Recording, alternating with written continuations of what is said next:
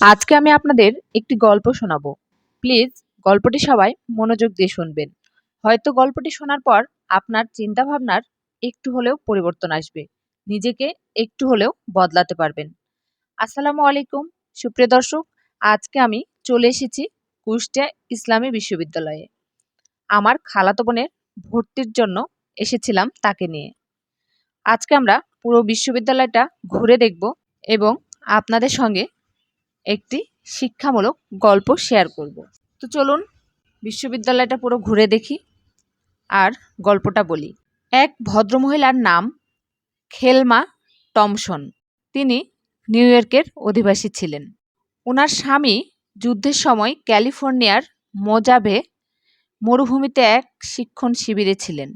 Khelma Thomson ভাবলেন যে তিনি তার স্বামীর কাছে গিয়ে থাকবেন। তাই তিনি তার স্বামীর কাছে সেই মোজাভে চলে গেলেন। কিন্তু সেই মরুভূমির মতো জায়গাটা তার মোটেও ভালো লাগেনি। জীবনে এত খারাপ তার আগে কখনো লাগেনি। তার স্বামী যখন শিক্ষার জন্য বাইরে চলে যেতেন তখন তিনি একা একা থাকতেন।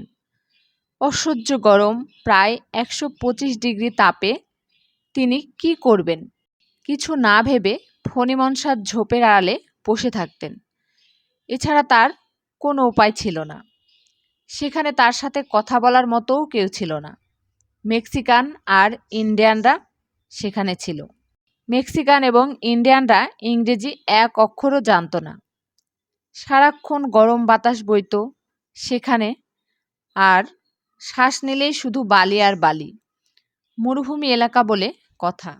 খেলমা টমসন এমন দুরবস্থায় পড়েছিলেন যে নিজের জন্য নিজেরই খুব কষ্ট হচ্ছিল। তাই তিনি তখন তার বাবা মাকে চিঠি লিখলেন যে, বাবা, আমার এখানে এক মুহূর্ত ভালো লাগছে না। এখানে থাকার চেয়ে আমার জেলে থাকাই ভালো। খেলমা টমসনের বাবা চিঠি পেয়ে উত্তরে শুধু 2টি লাইন লিখেছিলেন, যে 2টি লাইনই আমাদের জীবনযাত্রা বদলে দিতে পারে। তিনি লিখেছিলেন, 2জন মানুষ কারাগারের জানালা দিয়ে বাইরে তাকিয়েছিল। একজনের চোখে পড়ত কাদা, অন্যজন দেখত তারা। তিনি বাবার চিঠি পেয়ে সেই চিঠির 2টো লাইন বারবার পড়েছিলেন এবং নিজের প্রতি নিজে খুব লজ্জিত হয়েছিলেন। তিনি ঠিক করে নিলেন যে তিনি এই অবস্থায় যা ভালো তাই খুঁজে নেবেন, অর্থাৎ তিনি আকাশের তারায় দেখবেন। তিনি তাই করলেন। মেক্সিকানদের সাথে বন্ধুত্ব করলেন, তাদের জীবনযাত্রা সম্পর্কে জানলেন।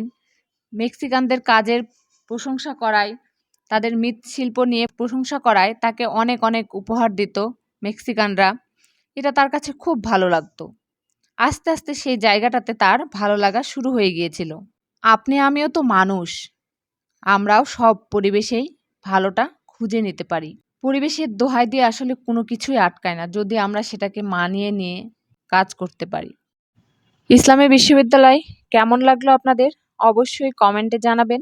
আর গল্পটি থেকে যদি কিছু শিখতে পারেন অবশ্যই শেয়ার করে অন্যকে শেখার এবং জানার সুযোগ করে দেবেন। আর চ্যানেলে নতুন হয়ে থাকলে চ্যানেলটি সাবস্ক্রাইব করে অবশ্যই পাশে থাকবেন। ভালো থাকবেন। আল্লাহ হাফেজ।